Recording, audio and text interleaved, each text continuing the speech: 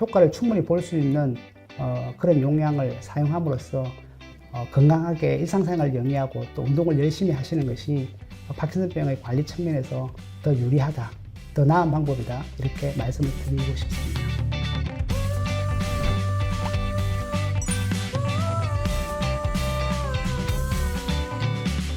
안녕하십니까. 인제대학교 부산백병원에서 파킨슨병 환자들을 진료하고 있는 신경과 의사 김상진입니다.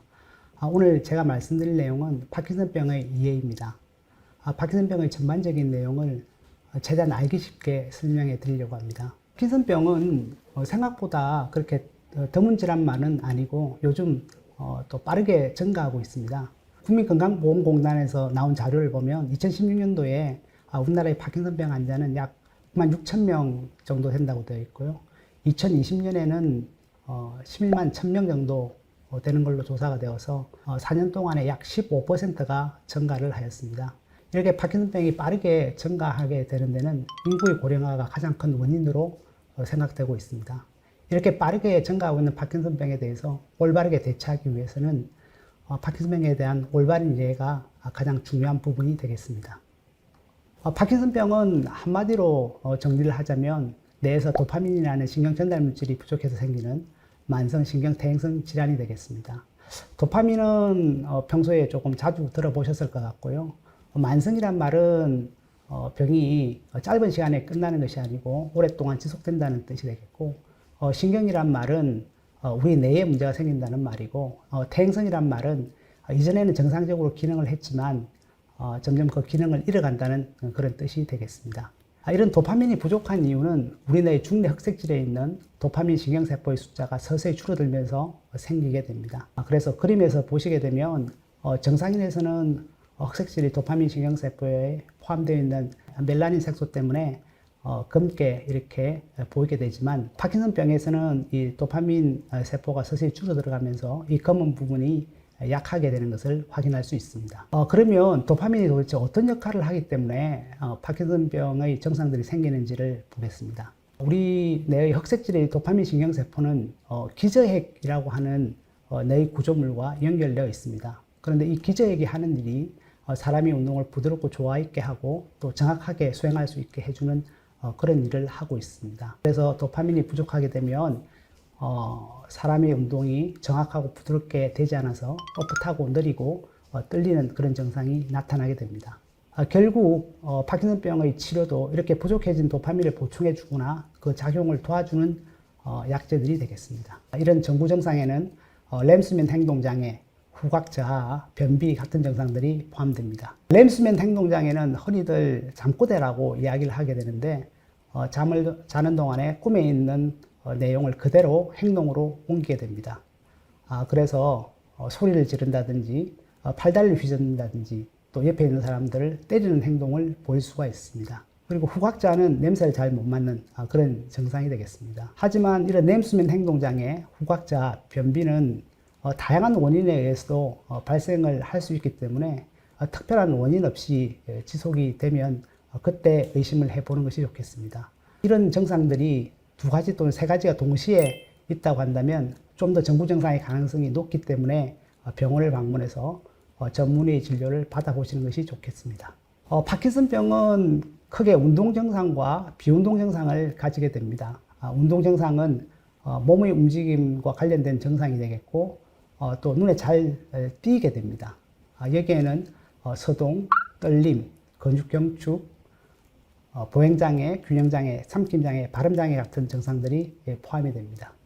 그래서 파킨슨병의 진단은 기본적으로 몸의 움직임이 느려지는 서동이 반드시 있고, 떨림과 근육의 뻣뻣함, 이 2가지 증상 중에 하나가 있으면 진단을 할 수가 있기 때문에 환자가 파킨슨병을 진단받기 위해서 병원을 방문하게 되면 의사들은 이런 서동, 떨림, 경축이 있는지 없는지를 반드시 확인을 하게 됩니다. 파킨슨병은 운동 증상뿐만이 아니라 여러 가지 비운동 증상을 가지고 있습니다. 운동 증상은 몸의 움직임과 관련이 있는 증상이라고 말씀을 드렸는데요. 이런 비운동 증상은 몸의 움직임과 관련되지 않은 모든 증상들을 포함하고 있습니다.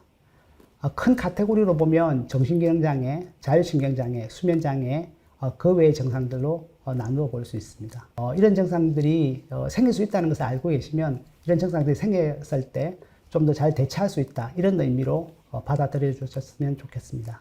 이런 치매와 환각은 동시에 이렇게 나타날 수도 있지만 서로 별개로 이렇게 나타날 수도 있습니다.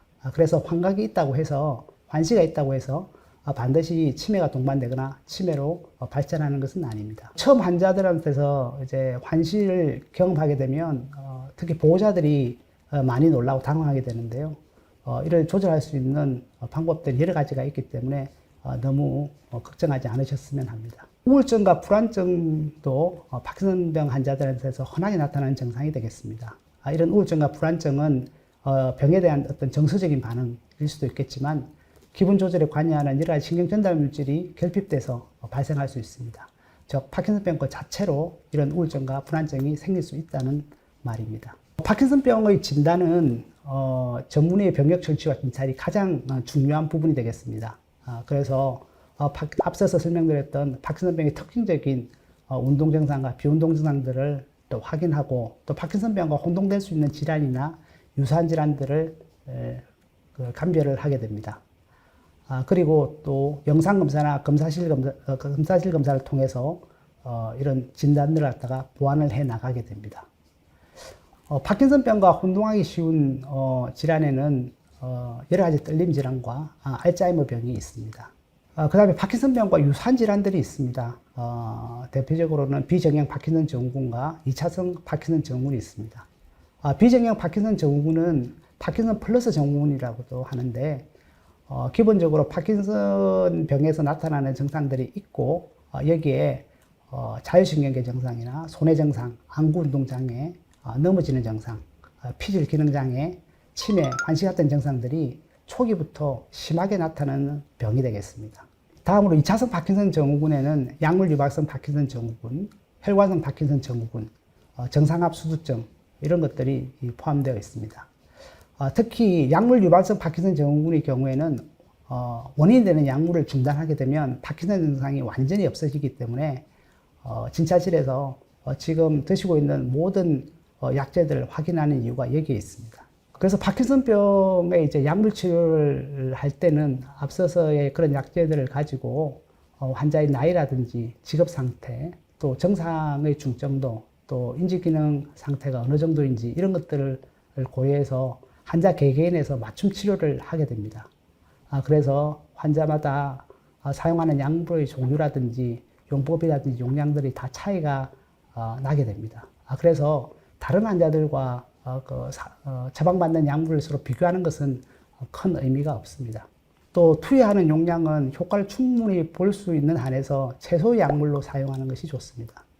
근데 하지만 그 환자분들 중에서는 약물 사용을 무조건 연기한다든지 또는 정상에 비해서 턱없이 낮은 용량을 고집하는 경우들이 있습니다.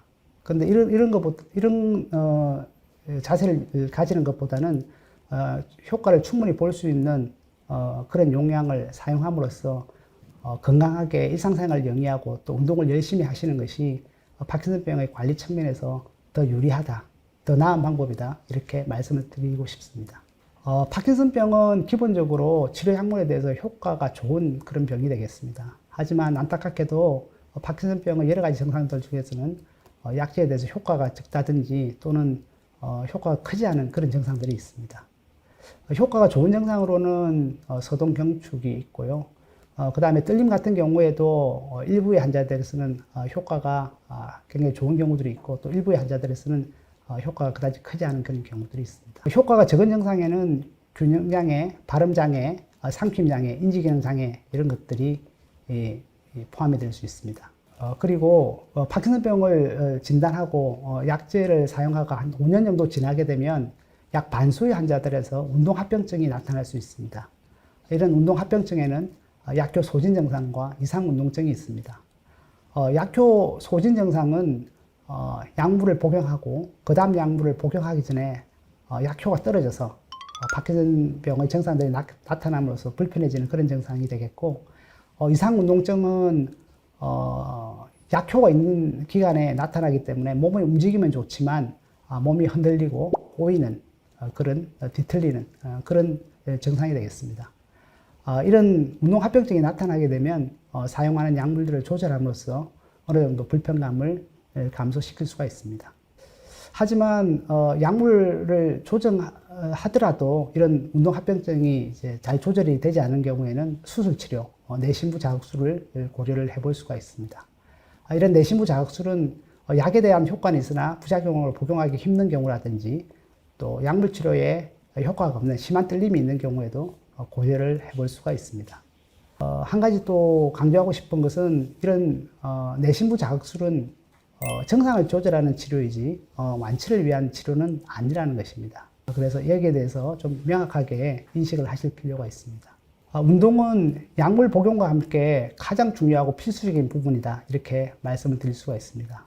여러 가지 운동 증상과 비운동 증상에 모두 효과가 있는 그런 방법이 되는데, 특히 약물에 대해서 효과가 적은 운동 증상인 보행과 균형 장애에 도움이 될 수 있고요.